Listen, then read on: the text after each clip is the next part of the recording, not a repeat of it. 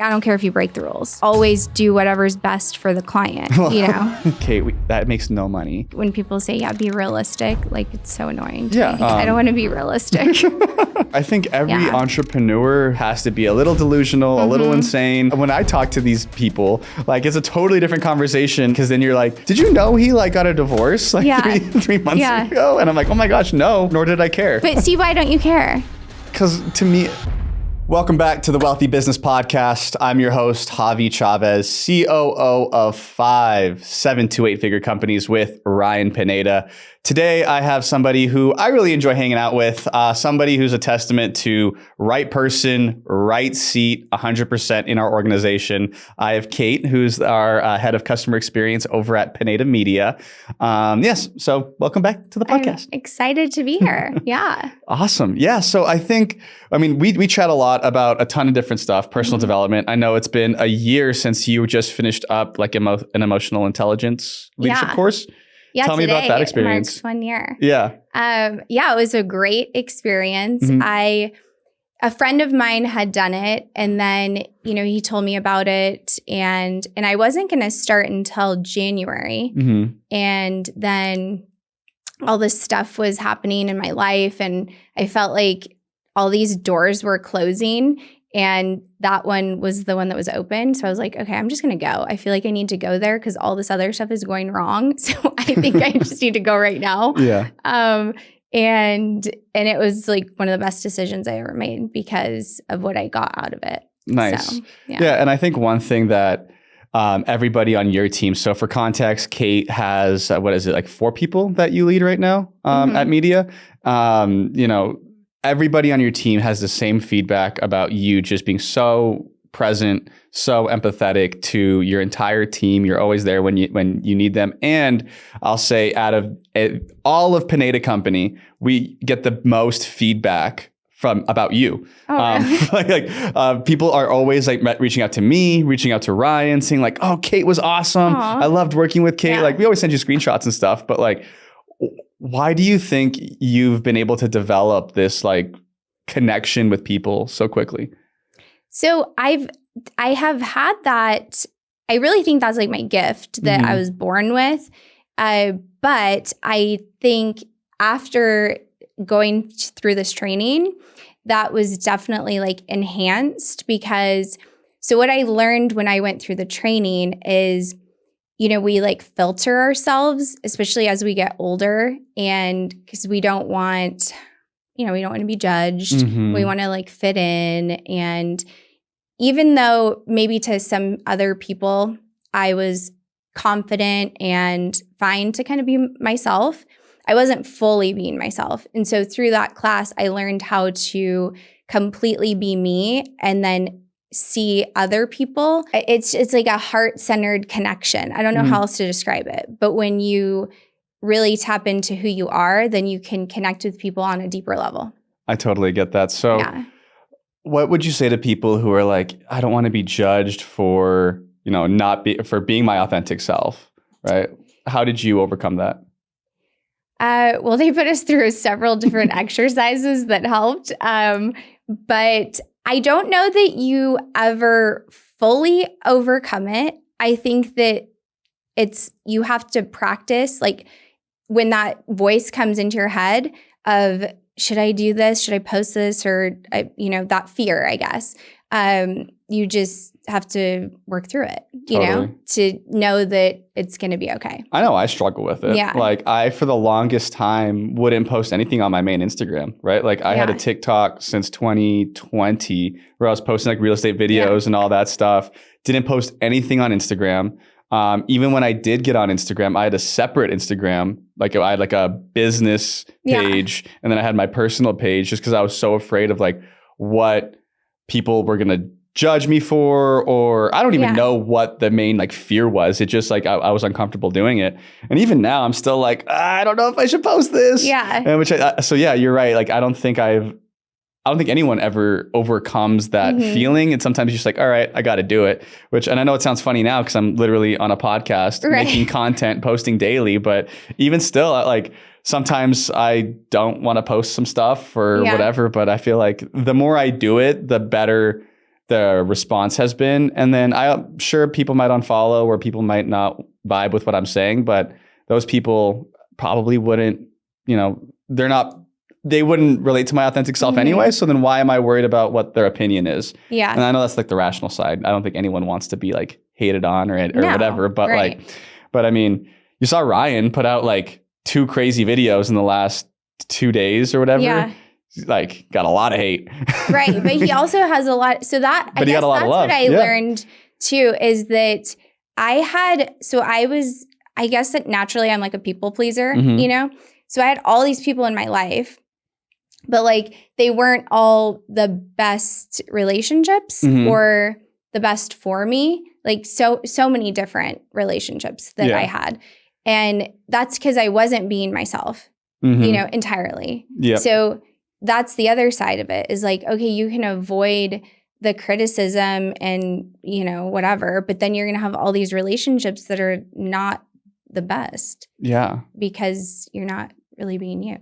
So I don't know. But TikTok, it's funny that you say that because I feel like when TikTok got popular, I started posting on there too, but it was like, I was so free because I'm like, I don't know anyone on here. Like, so I can just post whatever I want. And then I started to grow like rapidly, I think, because I was just totally being myself. Yep. And then Instagram was like, like I think I even put on my Instagram at the time, follow my TikTok for the real me, because I just felt like I could.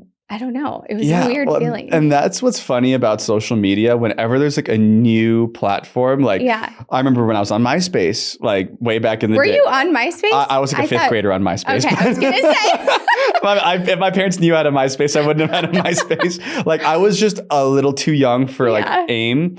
Okay. Yeah. So like MySpace was my first like true social media and like things were wild back then. And then, getting on Facebook, like I had to go back. I've scrubbed my Facebook like 3 or 4 different times because I was like, oh my gosh, what was I posting?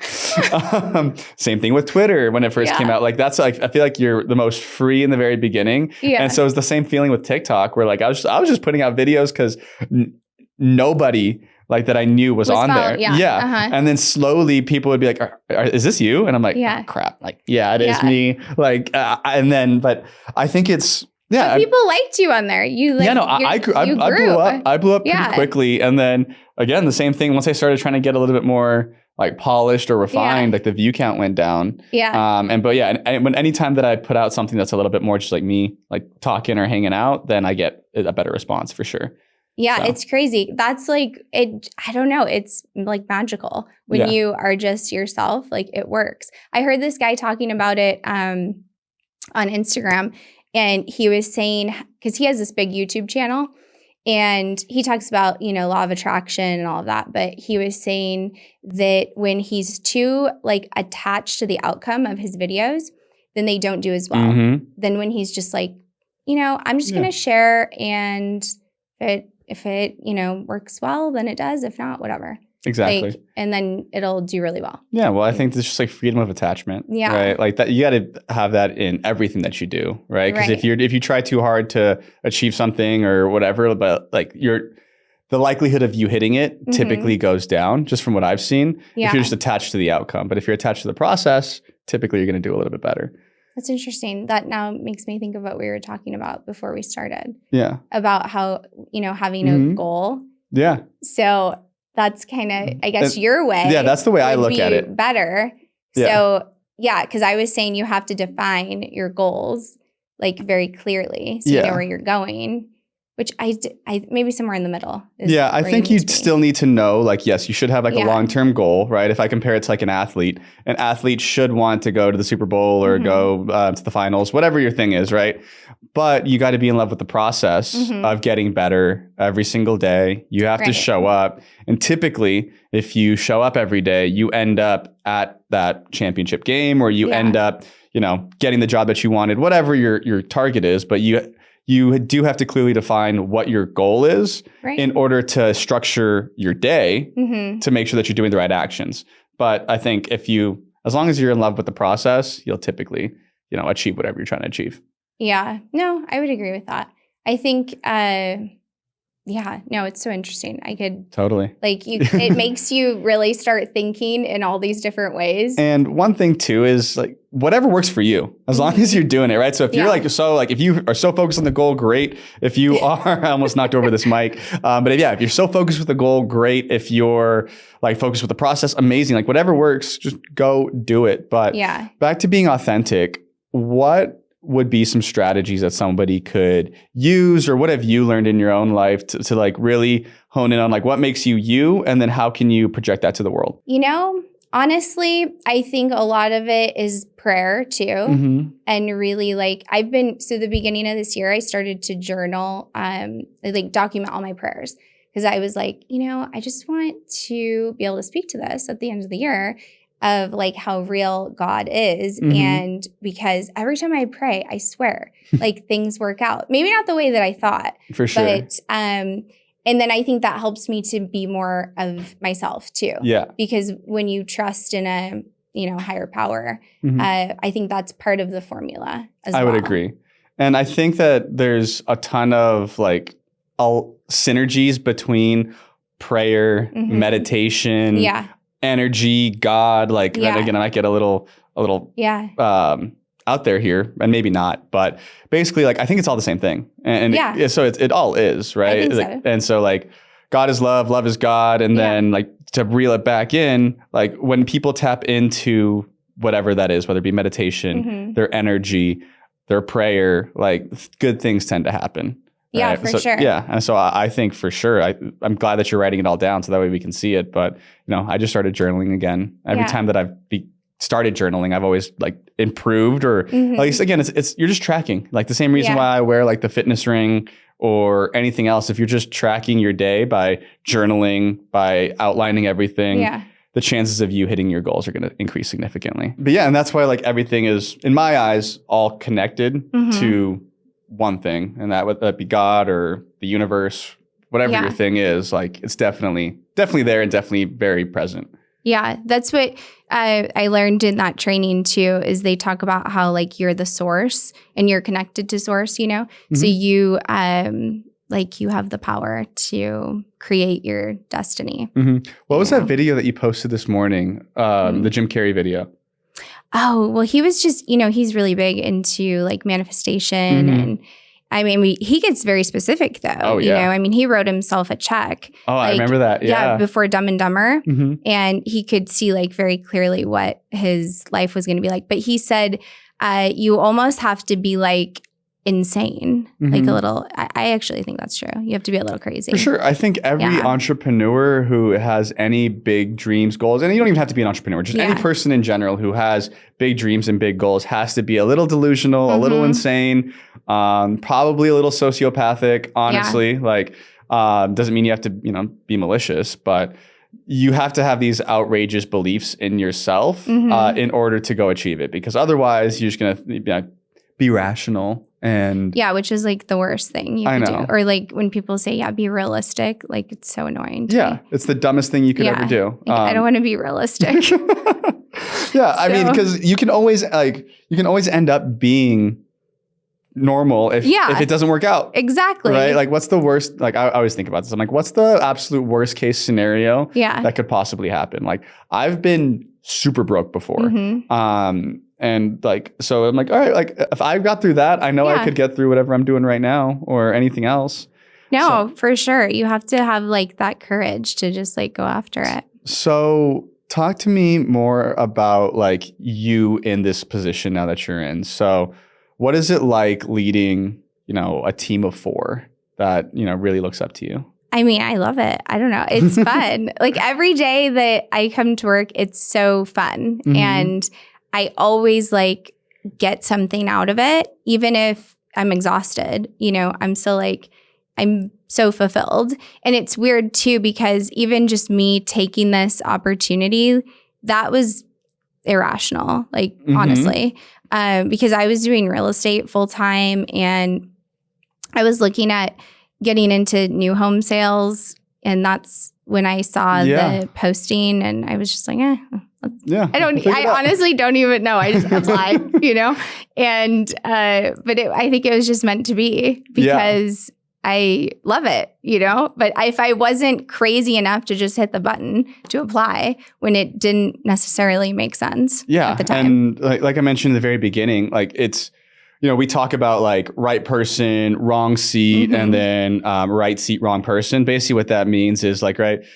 every business has all of these seats, and you've seen us play musical chairs a lot with people. Yeah. But sometimes when you have like the right personality fit, right person, and then you put them in the right seat for them, meaning like based on your personality type, based on the job description of the job roles, like when you really have that perfect fit, like it's so apparent for the rest of the business. And like, I don't think that we would be able to keep making the changes and navigating it if we didn't have you in the position that we have you in. I truly believe it. And, the team rallies behind you, and, we're in a great place with Pineda Media. We have a lot of people coming in. Yeah. But there's like, it was a brand new business. And I can say this transparently, like there were a ton of issues that happened when you, were producing thousands of pieces of content every single month. So how do we logistically do all of that, keep people happy? More importantly, and what you're great at is getting people out of their shell. Because, our clients are the product. Right. And I think that's one of the biggest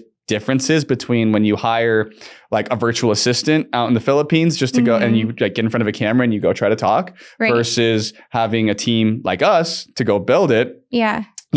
We're able to tell you what looks good, what doesn't look good. Like, hey, like you don't sound that good right now. You need to tweak your voice or whatever it is. And I think you do a great job of just getting people to be authentic and, more importantly, just be themselves. So like how does somebody who feels closed off, doesn't necessarily know, how to start creating content, like what would your advice be to them? What I have seen with like all of the clients that we have worked with, I mean, honestly, every single person is like this, is they don't see what makes them special. Like maybe like a little bit, but it's usually their achievements as far as their career or something. Like they don't talk about what makes them unique and special as a person, and how they can connect with people. Because I feel like in order to really make an impact online or anywhere, you have to embrace that. So what's cool is when they work with us, I feel like we can help them identify those things, and then they just can expand on that, Yeah. Like I was telling you, I think, and going back to when, I got this job, I came in we had the phone interview and that went really well. And then I came in like right after that. It was like, like literally that day. Yeah. The same day.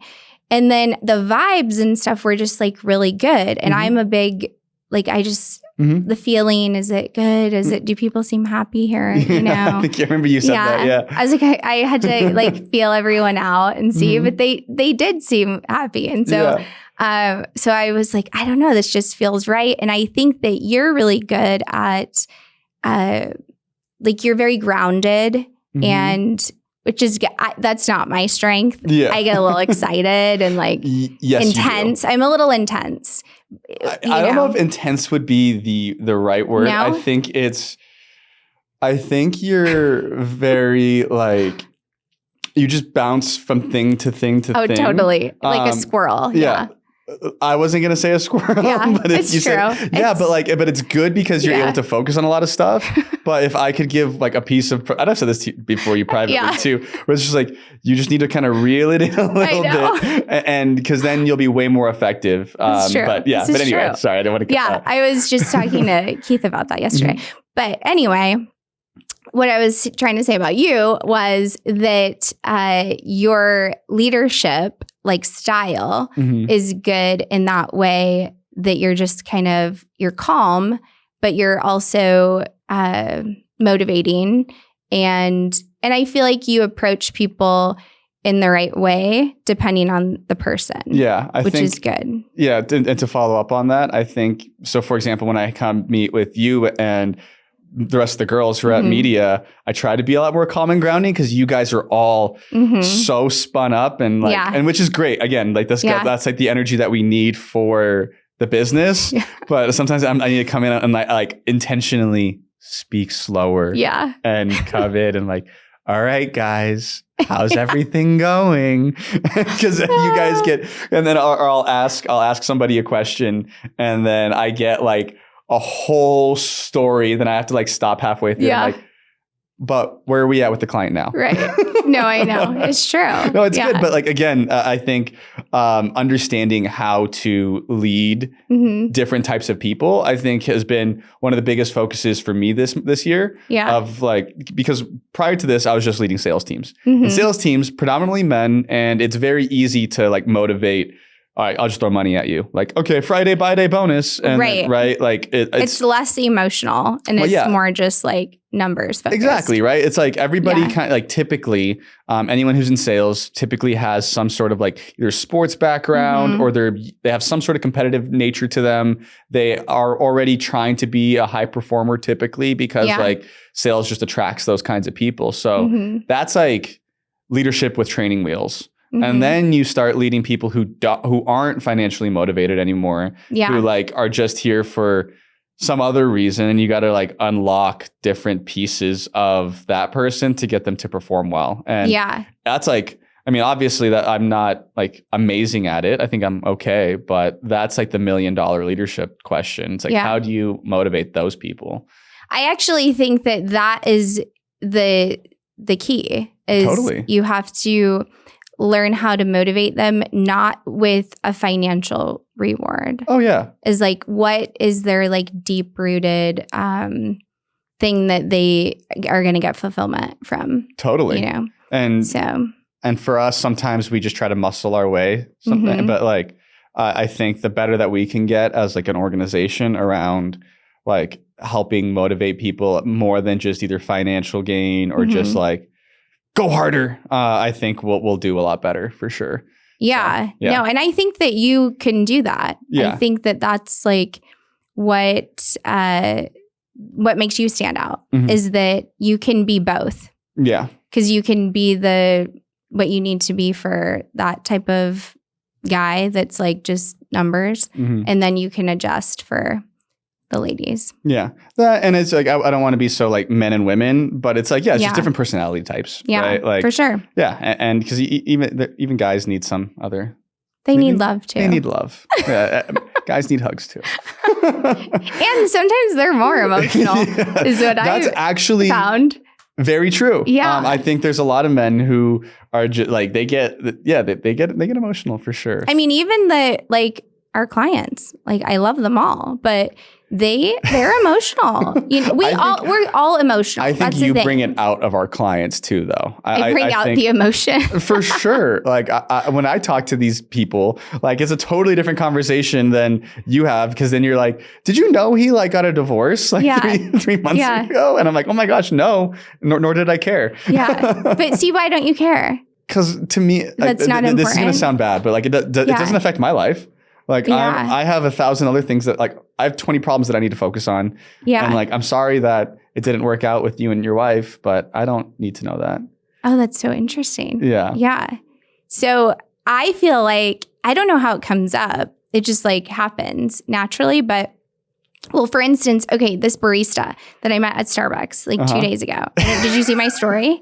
No, I didn't see your story. Okay. Well, this was so incredible. So he had this tattoo on his neck and he was handing me my tea and I was like, oh, what's that? It was like numbers, you know? And I'm like, what does that mean? And he's like, well, these are my patient numbers from when I checked myself into this hospital in 2019 when I was suicidal. And I like completely changed my life. And it's a constant reminder that like my life is important. And, you know, now I'm thriving and all this stuff. I was like, wow, you know? And then he said some other guy had come through the drive-thru and asked him that same question. And then he told him he was also suicidal. And so then they connected on that. And then I haven't even shared this part yet. So then I shared that on my story because I was like, wow, this is crazy. And then I thought, okay, if he's sharing this online, just think like how many lives he could save. But I didn't ask him if he was, you know. But then people were messaging me and they were like, I almost took my life. And hearing this story about this barista, I've been wanting to share that story, but I've been too scared. But now that I heard this, it's confirmation that I should share it. And I was like, oh my gosh, this is nuts. So then today I went back through the drive-thru and I told the guy, I have to tell you what's happening, And he was like about to cry. And it was so cool. Like, maybe I'm weird, but I just love this. Needs people like you, because I would have been like, thank you for my chai. I'm out. Because, I don't, but think about how cool that is. That's so incredibly impactful. Truly, even if one person just, didn't commit suicide from that experience, like, that's like so powerful. But I guess I had to be curious about and ask questions, that maybe, because I do think sometimes like I ask things and people will be like, gosh, you're so weird. Like, why are you asking that? But I think you have to be curious, and that's how you like start to connect. And who knows, like what that guy, I don't know what he's going through, but maybe he was thinking about sharing his story with some other people. And now like he has validation to want to go do it. Yeah. I had a guy that like changed my life in the drive-thru when I was a barista, because I was a barista, for many years. And this, I hardly knew him. I just made his coffee every day, And one day, I'll never forget this. He gave me $100 tip. And I was like, no, that's too much. And I gave it back to him. I was like, no. And he goes, no, it's not. And he just like looked at me like that. And it was like very intense. And then it just made me think like he was trying to teach me like my worth, because and I didn't see it. And then it like clicked. That's huge. Yeah. And he's just a stranger. Yeah. And I think there's a ton of value in creating more human connections right now, just because everybody's online but no one's actually like truly connecting. And I think that's where, when we have our clients come in, right, you are able to help them be more authentic, and it bleeds through into the content that they're now creating. Yeah. Which I think is great. And so that's fun. It's a win. So like, what's the next for you at Media? Like, what would you love to see from the clients that you're working with? Well, I just want to see more of them being themselves. Yeah. And like Ryan Sandstrom, I just love everything that he's doing right now. And like Keely E and Taylor, like, I don't know, there's so many. But when they start to really tap into not caring as much. Yeah. But caring enough to create something good. Oh, for sure. Right? That's like a message that's of value and that's tied, of course, to their business and their goals, but not, I think, when they first come in, they're wanting to be like Ryan. Sure. Honestly. Yeah. And then it's like, it has to be super polished. And if the edits are perfect, then I'm going to go viral, And it's like, no, that's not what makes Ryan successful, in my opinion. Yeah. It's because he does get vulnerable and he'll share, and he doesn't care like if it's a controversial message, like that's what's in his heart. And so he's going to share it. Exactly. Yeah. And I think that's important, because you're right. Like even myself, like I'll be like, I don't want to get too personal. I'm just creating like business content and stuff. Right. But you're not just business. I know. Right. And that's why I need to work on it. Yeah. Yeah. So we're getting there. So like, what else could you share about? I don't know. It's your job to help me. No, I don't know. I should get a little bit more personal. I probably could talk more about like this, the woo-woo stuff. Yeah. Because you're into that. You have crystals. I have crystals. I sage my house. I'm a certified yoga teacher. Did that just for funsies. Know? Yeah. So I did that in 2019. 200 hours. Wow. That was like the leanest I ever was too. Right now I walk around like 185 or so. I was like 170 because I was doing yoga like twice a day, just like, did you have like a moment in the teacher training where, I don't know, you had this like awakening or something? I wouldn't call it like an awakening, but that's really where I got into like breath work, meditation, all that kind of stuff. Because before I always thought it was like interesting and like maybe like I had some sort of interest in it, because I still was like doing yoga and whatever. Yeah. But I just didn't like understand like the practice of it. So I don't know if it was like a realization moment, but like I was like, no, like this is something that like I resonate with and I feel the difference in my body. So I want to continue to do it. But yeah, like part of the reason was like I was just like just want to. Initially, it was all fitness focused. I was like, I just want to know how to do the poses better. So I got free time. Like, screw it. I'll just go be a yoga teacher. Yeah. Or learn how to be a yoga teacher. I never taught a class or anything. Yeah. As fun as it would be, like I just did it with friends. Aside from the actual like yoga. Yeah. Because I know they teach you a lot of different things. So what is like maybe some of the mindset stuff that you learned? You know,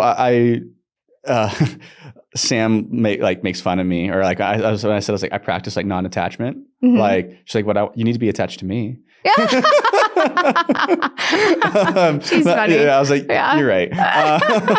But no, but seriously, like, so just not being attached to outcomes and like, whole like what's meant for me is going to come, that kind of stuff. Where it's like if I know that I'm handling my energy right and I'm doing the right things, then if something doesn't go my way, then it wasn't necessarily meant for me, and that's okay. And then I know I'll be fine. Yeah. So I think like the biggest thing that I probably took away from teacher training and just like that whole practice in general is just like really trying to practice being content with like where I'm at and understand that like I can channel different energies within myself. I think is probably the biggest takeaway. So how do you do that?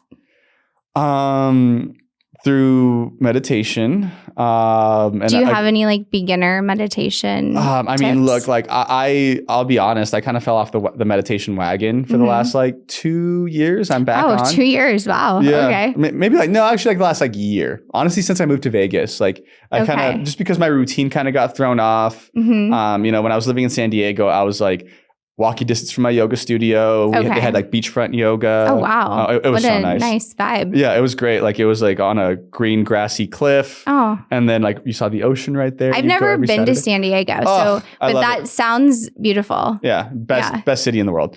I love Vegas too, but like San Diego's next level. But anyway, so then when I moved here, I kind of fell off my routine. Just like I was like, I mean, True Fusion's great. I mean, I know you worked there. I enjoyed it, but it wasn't like the same kind of vibe. Oh yeah, that would be that's totally different than what you just described. Yeah. And like, don't get me wrong. Like, I did a mix. So I went to 2 studios when I was in San Diego. One was like very like it was very similar to True Fusion, like more fitness focused and all that kind of stuff. And then the other one was a lot more like meditation, and like spirituality. But some beginner tips.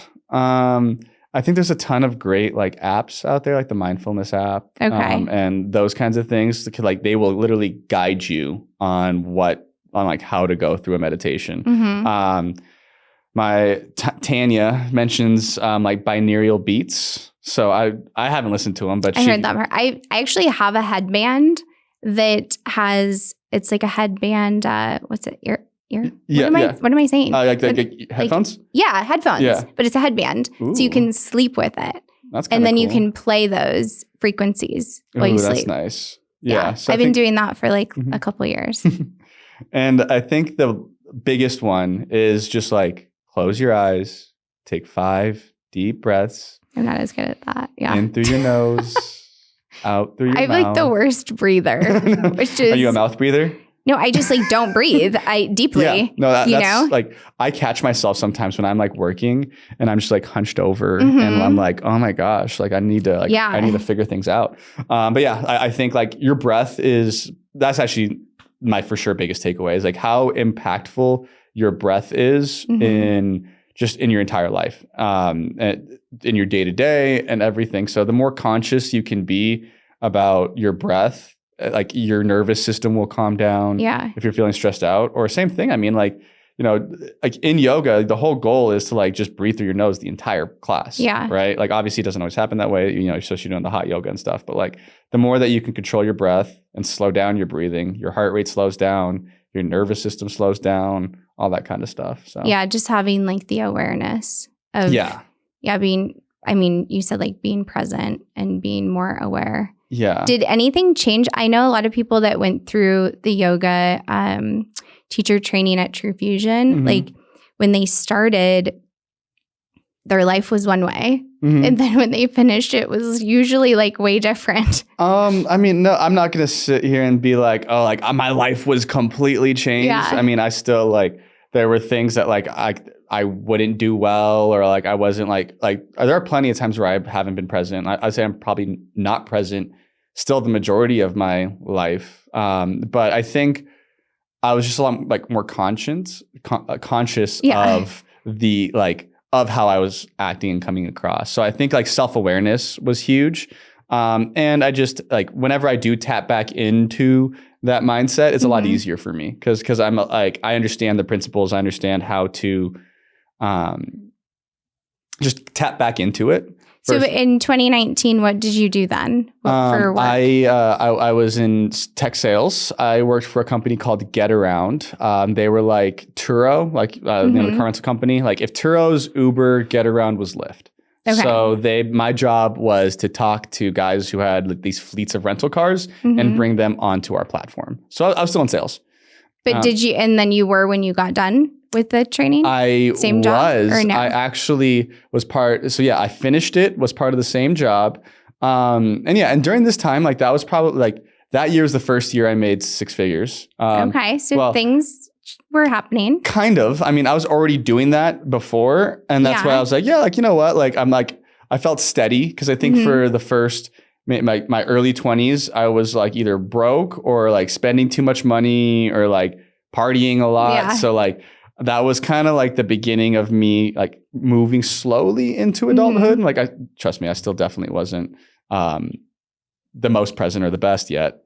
Still not. But I mean, but you should give yourself some credit because I feel like where you're at, a lot of people don't ever get there. I appreciate that. So. That's true. That was 2019. And then beginning of 2020, I was part of my first like mass layoff, actually my only mass layoff. So that was COVID. Yeah. Well, it was right before COVID. It was in January. Okay. So they laid off like 75% of the company. And you were one of them? Oh yeah. So basically, to get back to business, this is a good business lesson for you. Number one, if you are a Turo or Uber or Turo driver or whatever, don't ever be dependent on one particular platform. Same thing that goes for Airbnb. You're not an Airbnb host, you're a short-term rental person, right? So that way you're on Airbnb, VRBO, all those other things, right? The other one is, so these basically, they got outside funding.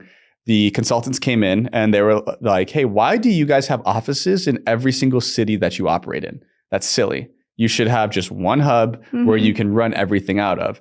So the way it worked was their hub was in San Francisco, but every city that they had cars in, they had an on the ground team. They had an ops person, a salesperson, and like a mini COO in each company, right? Or each location. So the people came in, they're like, yeah, get rid of like all of these outside teams, like, and just move everything to San Francisco. Like, what are you guys doing? Like, it's expensive. Yeah. And then so that was February. No, that was January. They like cut everybody. I still remember like all of us showed up to work. We got on a Zoom call and it wasn't even the CEO who did it. It was like some other person and was like, unfortunately, we're making the decision to cut you guys effective immediately. And I was like, oh. I was like, what the heck? And then like literally as I'm slacking somebody else, everything's shut off. So like no access to no access to Slack, no access to anything.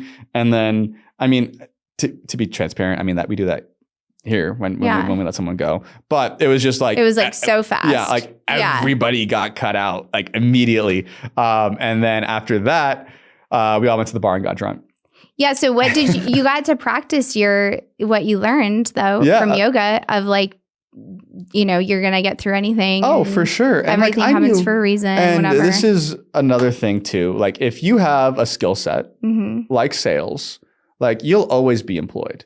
Yeah. Like if you go out and create and have a skill set that's in demand, and for me it was sales, for other people it can be programming, it can be whatever it is, right? Yeah. But you're gonna be fine. And also so I knew that. I've quit jobs without having a follow-up job. So you weren't worried. Yeah, I wasn't worried. And like, dude, they gave us like a 3-month severance. Yeah. Like, that was cool. It was shocking for sure. I really liked my coworkers back then.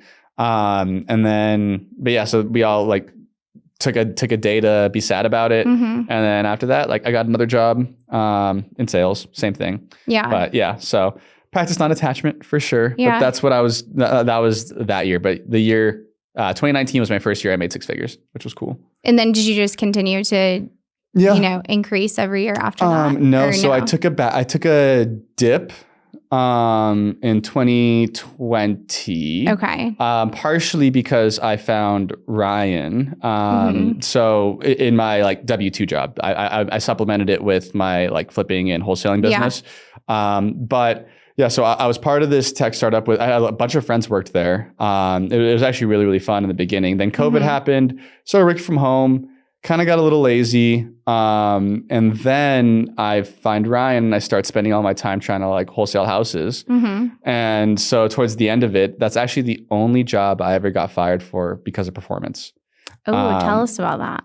Yeah, I just, I stopped making calls. And this is how I know sometimes when our sales guys are like fudging numbers. Yeah. Because we had a minimum of like 80 dials a day. Okay. And I would just call and like hang up because I would literally get a deal because again like I was still closing stuff so I was still closing sales. But I was like, dude, if I close I just had an ego. I was like, if I close a sale, I don't need to make dials. Like, I don't need to be on the phone. Like, I already got my deal. Like, why are you making me make dumb phone calls? So, so then I was doing the real estate stuff. That's when I started making TikToks as well. So I found Ryan in like August. And so things were going well. And then in December is when I got let go because they found out that I was faking dials. And were you just fine with it? I was a little embarrassed because I had like I had friends who worked there. So I had actually, so I'll backtrack a little bit. Back before, like I was still like super engaged at the time. This is right before I started getting into like real estate. I applied to be a team lead. Oh, didn't get the job. And then so I think that kind of made me a little disengaged, even though it shouldn't have. So sorry, guys. But that happens, like because you felt like you deserved it. I mean, I felt like I did well, and I feel like I interviewed well, and all that kind of stuff. But then after that, I got a little bit more checked out. I'm like, screw this. Before that, I was like kind of like bought into the company and all that. Then afterwards, I was like, you know what, like whatever. I'll close deals. It's a paycheck, and we'll see what happens. Yeah. But anyway, so fast forward to when I get laid off, I was like, damn, like that kind of sucks. Like and because I had like 5 or 6 friends that were friends before we worked there who also worked there. Okay. And I was like, damn, like everyone's gonna know. Like that's embarrassing. Yeah. So yeah, that kind of sucked. I mean, but look at you now. So yeah, it worked out. Like I can't be mad about it. And it was also like a kick in the butt. I was like, okay, well maybe like I focus on real estate, whatever. And then I worked at I got another job at like a really early startup. They only had like 10 employees. And then I worked at my last company, which was the fastest growing company to go to 100 million. Wow. They're second fastest behind Slack.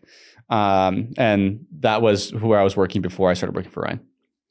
Okay. Whew. So yeah, that's a lot. Yeah. So you've only been really leading, you said sales teams. Yep.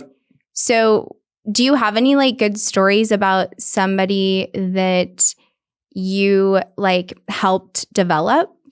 I mean, so I'll tell you the story about when I started here. So the month that I started, our best salesperson quit. Okay. She's actually back. Shout out Jen. Oh, okay. Yeah. So Jen was our top salesperson. Okay. At the time, and I had joined, and it's actually very similar to kind of what we're going through right now. I came in. I started we didn't have any.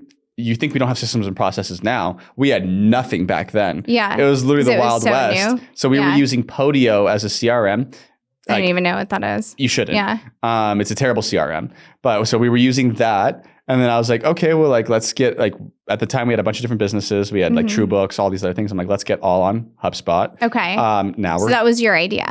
It was. Okay. And now we're moving off of it. That was a bit of a internal ego hit. I knew it was the right decision for the company just because things had changed. But I was like, damn. We wasted time. But So so our best salesperson quit.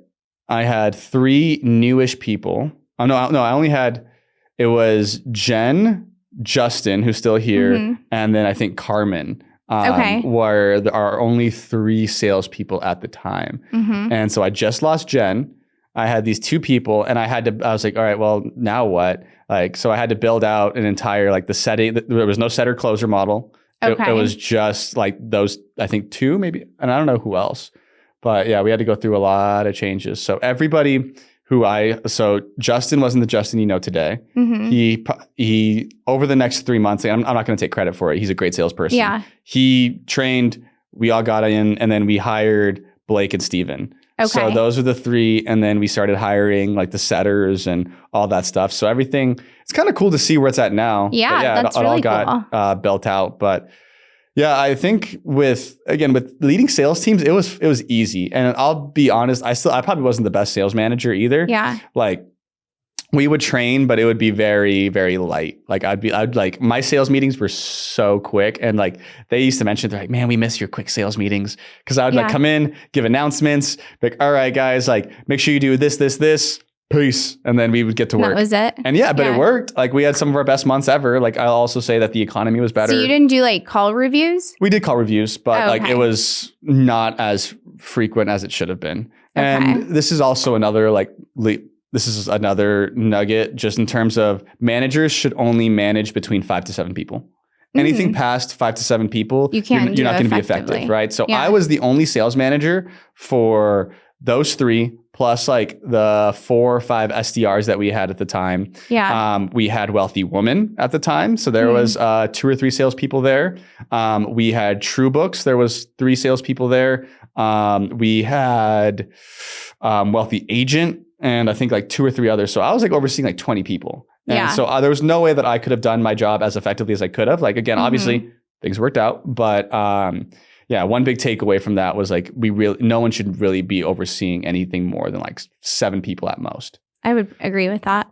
What do you think, like, okay, because everything moves so fast here, you know?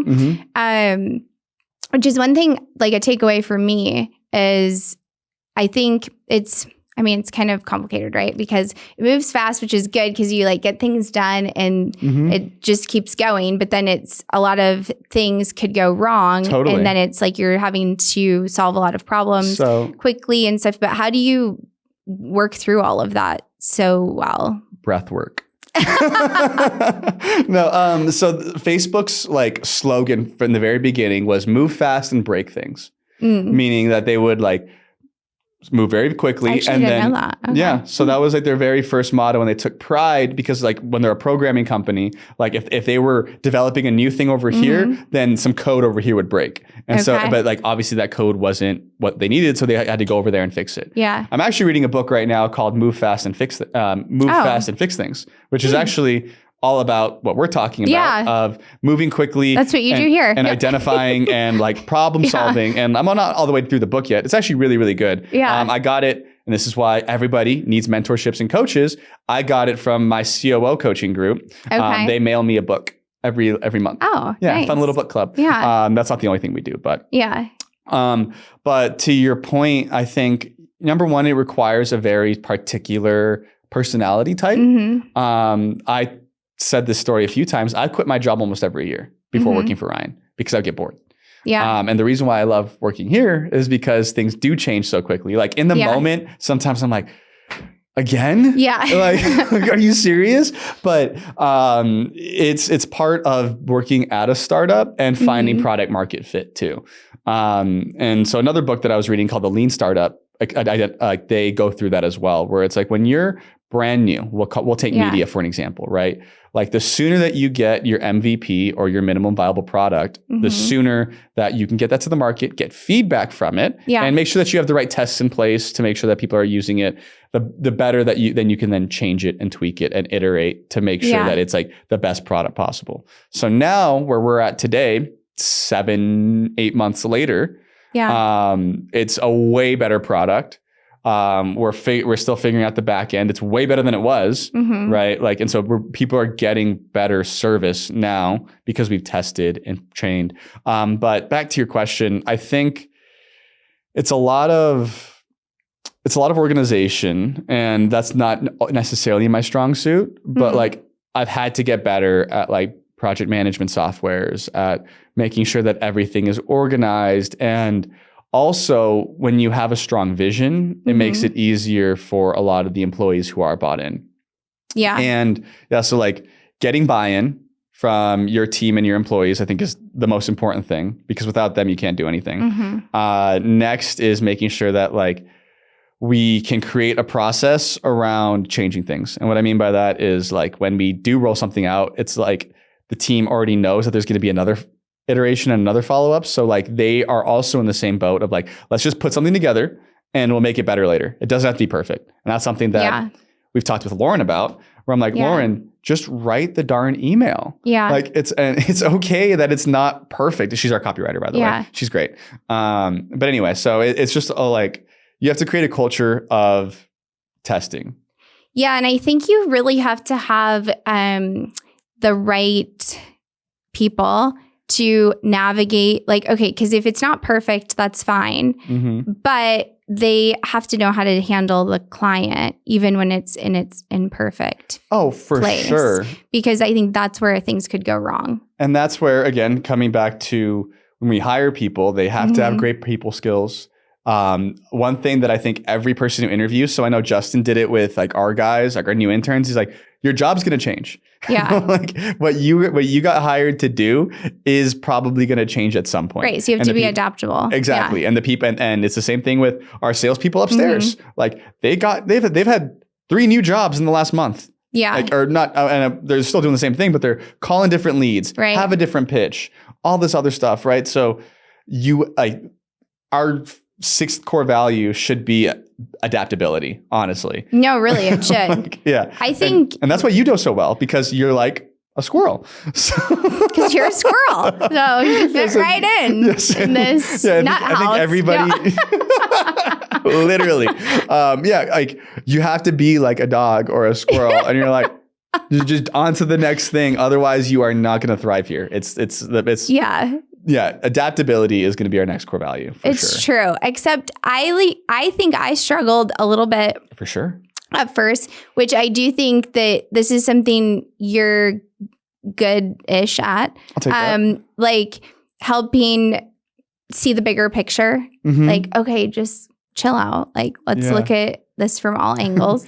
And that's helpful. But I think if, like you were saying, setting the expectation up front is probably the best thing to do. But then you don't want to scare people either. But maybe you should. I don't know. I think there's definitely a balance between, like, obviously you don't want to scare people away, but you do gotta like be upfront, and that's something that like we do an okay job of, especially with our newer hires. Of being like, hey guys, like, you have to be adaptable. Like, this is part of the job. But and also understanding that, like, I think a lot of people who come from like a corporate type of work environment are really afraid to make mistakes. I think I was talking about this on a podcast yesterday where, typically, and this is with people we've had in the past, like if I have a very direct and short communication style, like, are you mad at me? You do? No, if I do. So like especially via text, right? So like sometimes via text, I'm like, okay, cool, or sounds good, or whatever, right? And it's just very quick, direct to the point.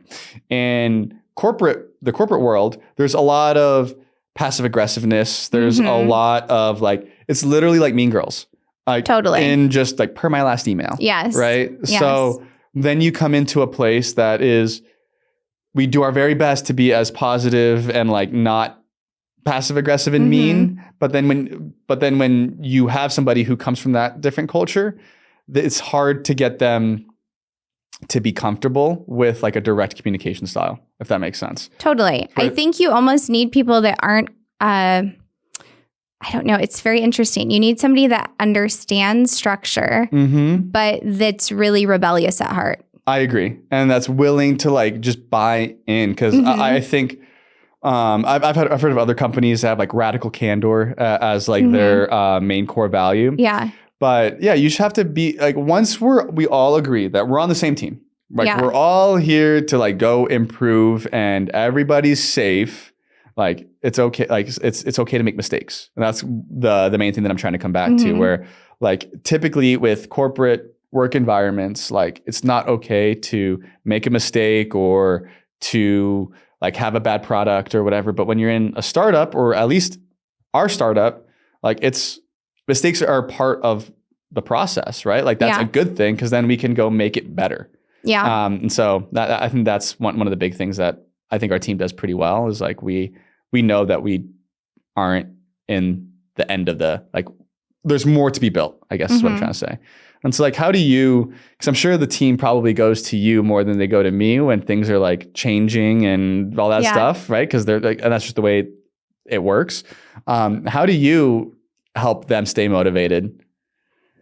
I think it's just like even showing up online, right? Like it's not going to be, everything isn't going to be perfect. And maybe you really love a video and people don't like it. Like, but that's just, again, part of the process. So you have to remember, like, what is our end goal? That's what I always go back to. Like, you want to have happy clients, right? So if you have to adjust something for them, then feel empowered to adjust it. And then we'll figure it out later, you know? Yeah. But like, always do whatever's best for the client.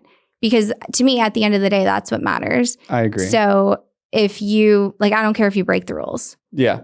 You know, I don't like there's like levels. Yeah. Okay? I see what you're saying. Like if you have to deviate from like the process to get something done. Yeah. Yeah. I would agree with that. Like if it's what's best for the client and the business, like you have to be able to make those decisions. But it's always, you're on the side of what's best for the client.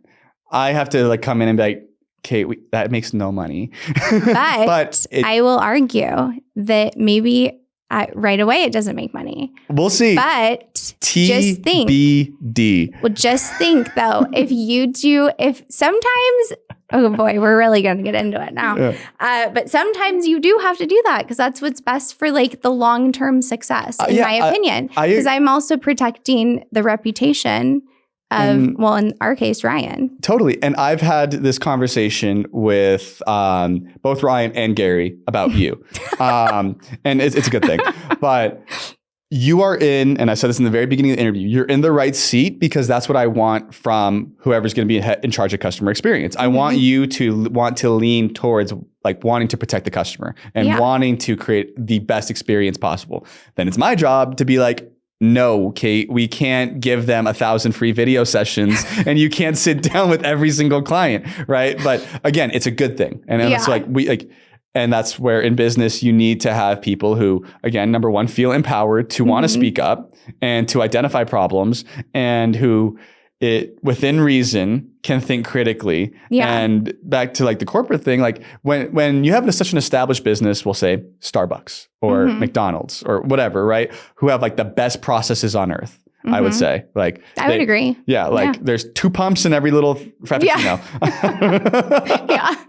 But then you have the exact opposite where you have a startup. The processes might change and we need somebody who can think critically and be like, hey, this doesn't make sense to me. And then more importantly, can bring it up to leadership. Yeah. And that way we can change it. Because if I don't know something's dumb, then how am I supposed to fix it? Yeah. And I think that's going back to the culture. You have to like have a culture where you empower people to do that.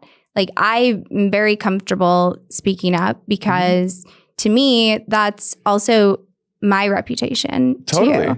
And like, I can't be behind something that I don't agree with, you know? So if I see a problem, I want to fix it. And it all comes back to being authentically you.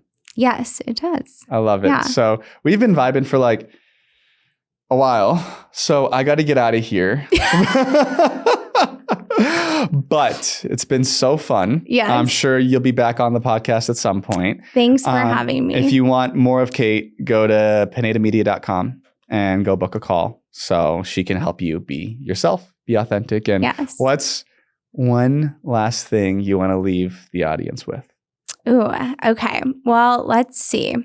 I think I would leave them with probably my favorite quote, which is, that people, I'm trying to figure out exactly how it goes, but it's that Maya Angelou quote where it's like people, now I'm going to forget what it is. They don't remember what you say or do, but they remember how you make them feel. Mm-hmm. So just like always I always try to think of that. Like, how am I making this person feel? Not like, what am I saying? Yeah. I mean, I can't even remember the quote. So, but you did. You remembered at the end. So you get one more shot. So what's the quote? I don't know exactly how it starts. You got to make people feel good. Yeah. It's not about what you say or what you do. It's about how you make them feel. You got to make people feel good. Maya Angelou. There you go. Peace.